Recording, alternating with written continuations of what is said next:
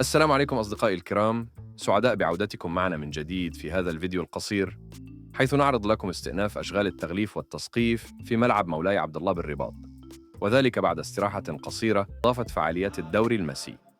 وبالمناسبة، فقد أبهر هذا الملعب الأولمبي جميع الحاضرين بجماليته وروعة تصميمه، رغم أنه لم يستكمل بنسبة 100% بعد.